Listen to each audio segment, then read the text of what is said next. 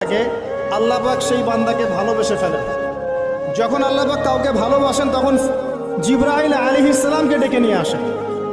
ডেকে নিয়ে এসে বলেন যে পৃথিবীতে অমুকের পুত্র অমুক, তাকে আমি ভালোবাসি, হে জিবরাইল তুমিও তাকে ভালোবাসো। এরপর জিবরাইল আলাইহিস সালাম তাকে ভালোবাসতে থাকেন এবং অন্যান্য মালায়েকাদেরকে ডেকে জিবরাইল আলাইহিস সালাম বলেন, আল্লাহ অমুককে ভালোবাসেন, আমিও তাকে ভালোবাসি, তোমরা সবাই তাকে ভালোবাসো। এরপর সমস্ত ফেরেশতারা তাকে ভালোবাসতে শুরু করে।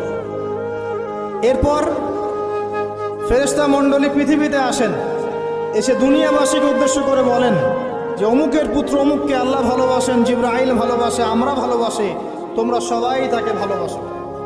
এরপর দুনিয়ার মানুষদের কাছে তার মর্যাদা বাড়িয়ে দেওয়া হয়, তার দিকে মানুষের মনকে ঘুরিয়ে দেওয়া হয় এবং তার প্রতি মানুষের ভালোবাসা সৃষ্টি করে দেওয়া হয়।